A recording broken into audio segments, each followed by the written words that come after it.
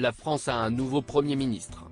Après avoir été secrétaire d'État auprès du ministre de l'Éducation nationale et de la Jeunesse en 2018, puis porte-parole ou encore ministre délégué chargé des comptes publics et plus récemment ministre de l'Éducation nationale et de la Jeunesse, Gabriel Attal, âgé de seulement 34 ans, est désormais à la tête du gouvernement, suite à la démission d'Elisabeth Borne, ce lundi 8 janvier. L'homme politique a donc jusqu'à vendredi pour former et annoncer le nouveau gouvernement.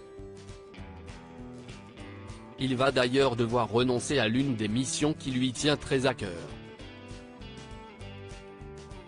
Comme le rapportent plusieurs sources proches de l'Élysée aux Parisiens, ce mercredi 10 janvier, Gabriel Attal souhaiterait garder son portefeuille de ministre de l'Éducation nationale, avec celui de chef du gouvernement.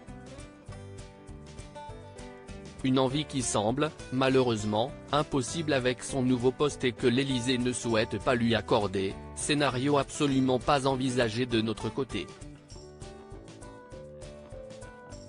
Si est impossible de cumuler. Il ne mesure pas la charge et le temps cannibalisés par le Parlement et le pilotage gouvernemental.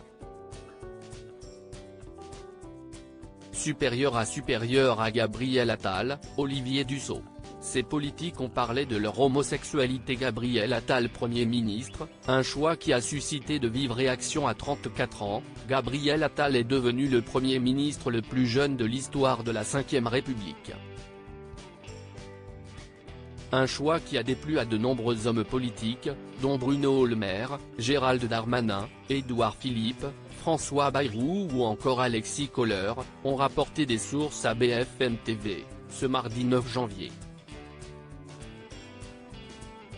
En effet, Bruno, Le Maire, et Gérald Darmanin ont hurlé en réaction à la nouvelle, a affirmé une source. Les deux ministres auraient d'ailleurs demandé à ne pas être placés sous l'autorité du chef du gouvernement, ils ont exigé soit le ministère des Affaires étrangères, soit ils quittent le gouvernement. Un nouveau Premier ministre qui ne fait donc pas l'unanimité dans la classe politique. Crédit photo, Jacques Whitpoul Best Image.